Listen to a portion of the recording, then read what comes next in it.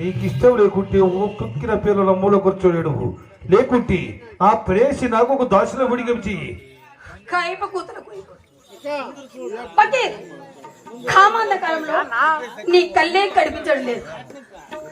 నా మాట విను.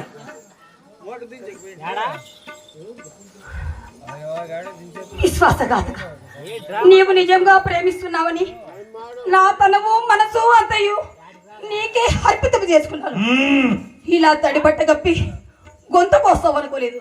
ఇలా ఏడు దాటించి తెప్ప తగలి పెడతావు అనుకోలేదు.